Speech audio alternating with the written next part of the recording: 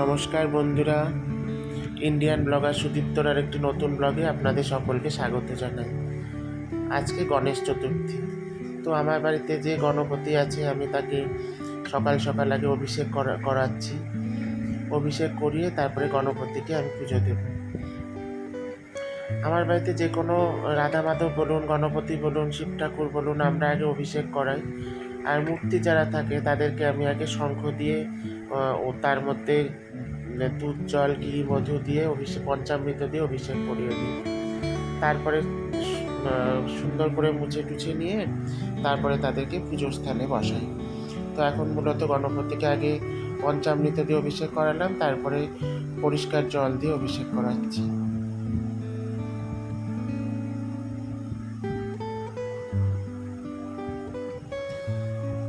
আমার কিন্তু অভিষেক করানো হয়ে গেছে। আগে আমি পদ্মটাকে ফুটিয়ে নিই। আজকে সুন্দর জলপদ্ম পেয়েছিলাম। জলপদ্ম আগে আমি কিছু পাপড়িগুলো ছাড়িয়ে নিই, তারপরে ফুটিয়ে নিই। দেখবেন জলপদ্ম ছাড়িয়ে সেটা ফুটিয়ে নিয়ে ঈশ্বরকে প্রদান করতে খুব ভালো লাগে। আর ঈশ্বরের প্রিয় ফুলও যেহেতু পদ্ম, আর সেই আসনটাও দেখতে খুব ভালো লাগে সেই পদ্মটিতে। আমি একটা একটা করে পাপড়ি ছাড়িয়ে নিচ্ছি, খুব সন্তর্পণে যাতে ছিঁড়ে না যায়। এবার ভেতরটা ফুটিয়ে নেব।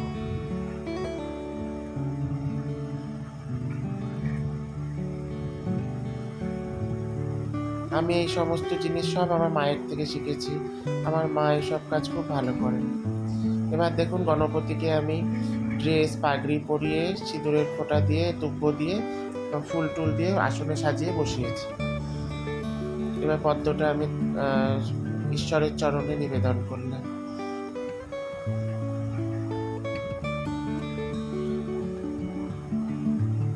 তারপরে বেলপাতা ফুল দিয়ে আমি তার চরণে শ্রদ্ধার্ঘ্য নিবেদন করেছি।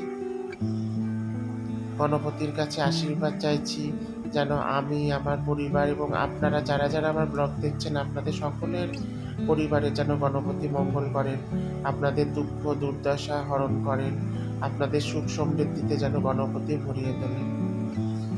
গণপতির কিন্তু আরতিটা অনেকটা মাহাত্ম্যপূর্ণ। তো আমি ঘিয়ের প্রদীপ দিয়ে গণপতির আরতি করছি।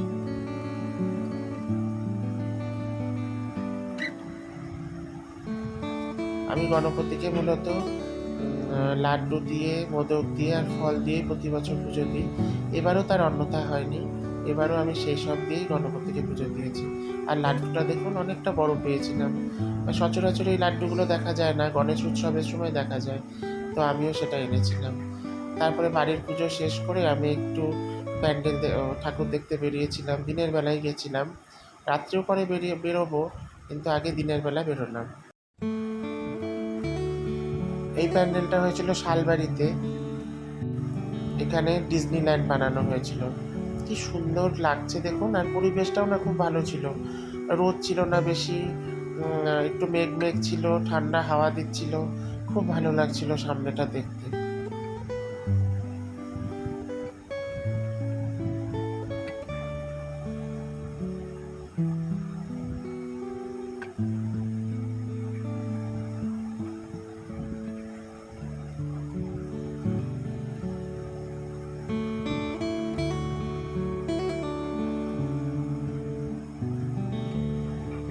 এখানে দেখুন ডিজনিল্যান্ডের অনেক ক্যারেক্টার এখানে ওরা শো করেছে, দেখতে পাচ্ছি আমরা। সর্বোপরি এখানকার পরিবেশ, প্যান্ডেল এবং প্রতিমা এবং পুজোর সাজসজ্জা খুবই ভালো হয়েছে। তারপরে বাড়ি চলে এসেছিলাম, সেটা শ্যুট করিনি। তারপরে আবার রাত্রিবেলা বেরিয়েছিলাম ঠাকুর দেখতে। এটা মূলত আমাদের স্টেডিয়ামে যে পুজোটি হয় সেখানে। এখানে দেখুন রাস্তায় কত বাচ্চাদের খেলনা বসেছে, মেলা বসেছে। দুর্গাপুজোর আগে গণেশ চতুর্থী আসলে মনে হয় যেন দুর্গাপুজোর প্রস্তুতি সভা শুরু হয়ে গেছে। আর ভেতরের প্যান্ডেলটা দেখুন কি কত সুন্দর, পুরোটা গোল্ডেন কালারের। চলুন আপনাদের ভেতরে নিয়ে দেখাই।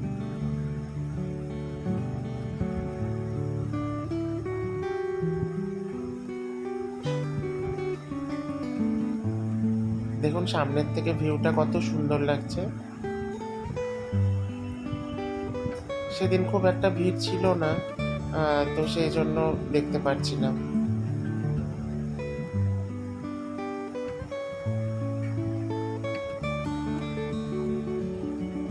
ভেতরের কারুকাজটা অপূর্ব, খুবই ভালো লাগছে দেখতে। দেখুন,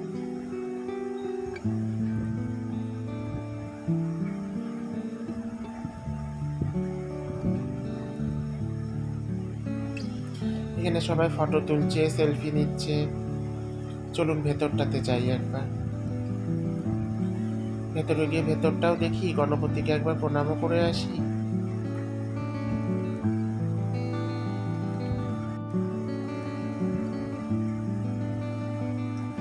দাঁড়ান, আর একটু সামনে যাই, নাহলে বুঝতে পারছি না। হ্যাঁ, এইবার দেখা যাচ্ছে। কি সুন্দর দেখুন গণপতি, আর ভেতরের কারুকার্যগুলোও খুব সুন্দর। ওপরে যে ঝাড় লণ্ঠন গুলো দিয়েছে, মানে মারাত্মক। ভেতরের পরিবেশটা খুবই সুন্দর। ঝাড়টা দেখুন কি সুন্দর। তারপরে আস্তে আস্তে ওখান থেকে বেরোলাম।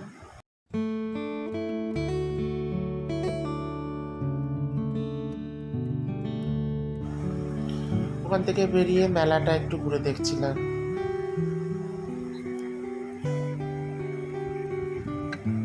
মেলাটাও খুব সুন্দর বসেছে, কত জিনিসপত্র এসছে। আমি আবার একটা চাবি রিং দেখছিলাম, এখানে অনেক রকমের চাবি রিং আছে দেখা যাচ্ছে। তো আমি আবার দেখছিলাম কি কি আছে, বাচ্চাদের অনেক খেলনা, অনেক কিছু আছে। তো আমি একটা চাবি রিং এখানে দেখেছিলাম, কিন্তু অনেক দাম বলছিল, তাই আমি আর কিনিনি। তো মেলাটাই ঘুরে ঘুরে দেখছিলাম বিভিন্ন রকমের তাঁত বস্ত্র, হস্তশিল্প, তারপরে সাজাগোজার জিনিস, অনেক কিছু এসছে।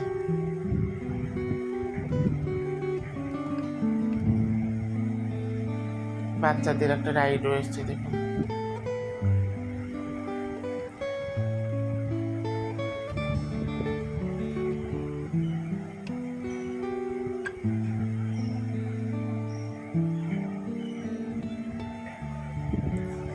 দেখুন ইভিলাইগুলো কত সুন্দর, এত সুন্দর ইভিলাই আমি কিন্তু দেখিনি, এটাই ফার্স্ট দেখলাম। এত সুন্দর করে ঝোলানোর ব্যবস্থা আছে।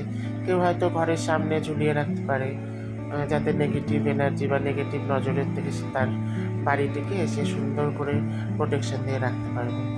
বাড়িটাই তো আমাদের সকলের নিশ্চিন্ত থাকার জায়গা বলুন। সেখানে যদি একটু শান্তি শৃঙ্খলা বজায় থাকে, একটু খারাপ নজর থেকে বাঁচা যায়, তো এটা তো সবাই চাই আমরা।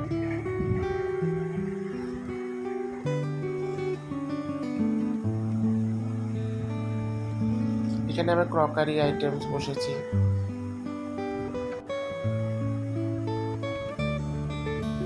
মোটামুটি বেশ ভালোই, ভালো রকমেরই বসেছে।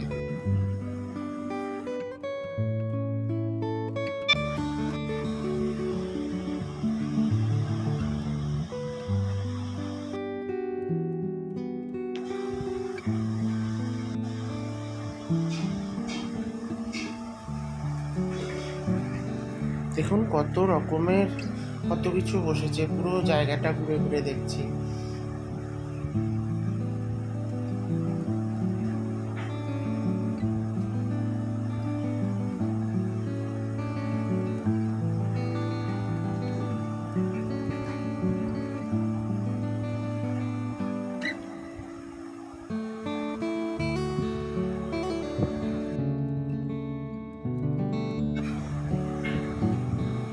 সামনে আবার ওই পুজো প্যান্ডেলটি কিন্তু দেখা যাচ্ছে।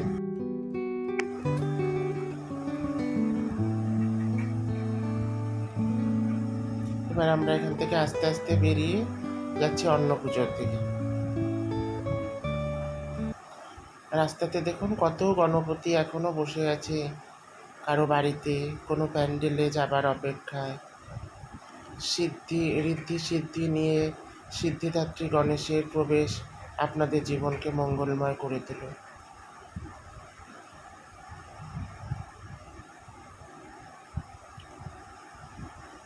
দেখুন এই ছোট ছোট গণেশগুলো কি সুন্দর দেখতে, মন যেন জুড়িয়ে যায় দেখলে পরে।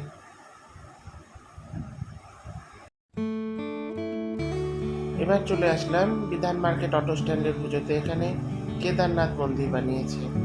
আর সত্যি কথা বলতে কি, ভেতরে গিয়ে দেখতে পেলাম গণেশ ঠাকুর এত সুন্দর দেখতে, আর ওখানে একটা অদ্ভুত লাইটিং করেছে শিব ঠাকুরের ওপর থেকে, মানে অদ্ভুত লাগছে দেখতে। দেখুন, দেখেছেন কি সুন্দর গণেশ?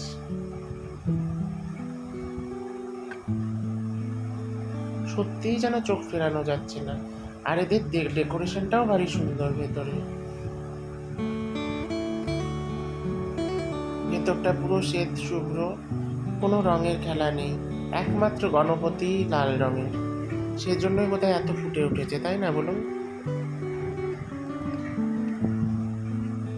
তারপর এখান থেকে একটু ঘন্টা বাজিয়ে আস্তে আস্তে বেরিয়ে গেলাম, কারণ প্রচণ্ড ভিড় হচ্ছিল তো এখানে। বুঝতেই পারছেন, সবাই দেখতে চাইছে। আর কেদারনাথ মন্দিরের সামনে যেমন নন্দিকেশ্বর বসে থাকে, এখানেও ঠিক তেমনই রয়ে গেছে। আর এই রাস্তাটাকে কি সুন্দর সাজিয়েছে দেখুন। এটা বিধান রোডের রাস্তা, কি অপূর্ব লাগছে, আলোর মালা। দুর্গা পুজোর আগে যেন ঠিক শারদীয়া পুজোর আমেজ।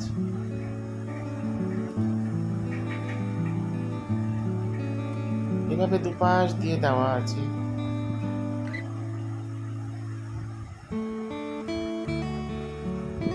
তারপর ঘুরতে ঘুরতে চলে আসলাম আরেকটা পুজো প্যান্ডেলে।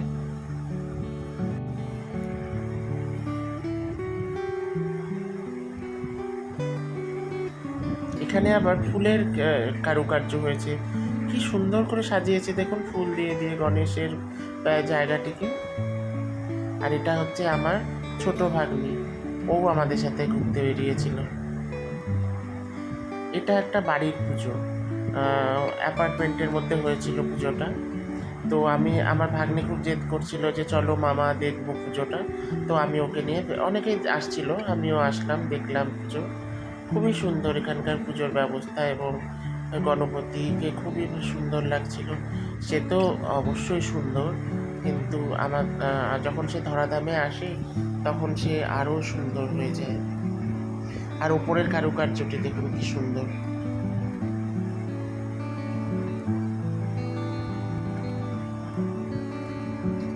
এখানে দেখুন কি সুন্দর রাধা মাধব বানিয়েছে লাইটিং এর মাধ্যমে। এখানে একটু হেঁটে যেতে হবে, প্যান্ডেলটি যেহেতু দূরে আর মাঠের ভেতর দিয়ে একটু যেতে হয়। বৃষ্টি হয়েছিল কিছুক্ষণ আগে, তো একটু কাদা কাদা হয়েছিল, তো দেখে শুনে হাঁটতে হবে।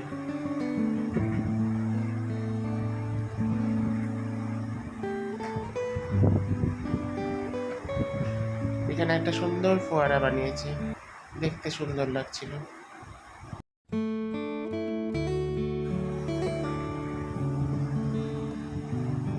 তারপরে আমি আমার ভাগ্নির হাত ধরে আস্তে আস্তে এগিয়ে চলেছি প্যান্ডেলের দিকে। এদিন আপনারা ভাবতে পারবেন না, রাস্তায় সব জায়গায় যেখানে যেখানে পুজো হয়েছে প্রত্যেকটা জায়গায় প্রসাদ খাওয়াচ্ছে, এবং লোকজন প্রসাদও খাচ্ছে, বেশ ভিড় পুরো। কিন্তু আমি কোথাও দাঁড়াইনি, যেহেতু আমার ভাগ্নিটা ছোট, ওকে নিয়ে ভিড়ে দাঁড়ানো মুশকিল, তো সেই জন্য আর ওখানে দাঁড়াইনি। এমনি প্রসাদ পেয়েছি আমরা। এখানেও দেখুন কি সুন্দর গণপতিকে সাজিয়ে বসানো হয়েছে, পুজো হয়েছে।